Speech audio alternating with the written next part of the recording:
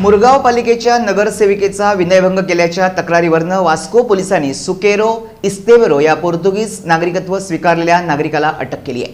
पोलिसांनी दिलेल्या माहितीनुसार विनयभंगाची घटना विधानसभा निवडणुकीवेळी घडली होती। या प्रकरणी फेब्रुवारीच्या पहिल्याच आठवड्यात तक्रार दाखल करण्यात आली होती।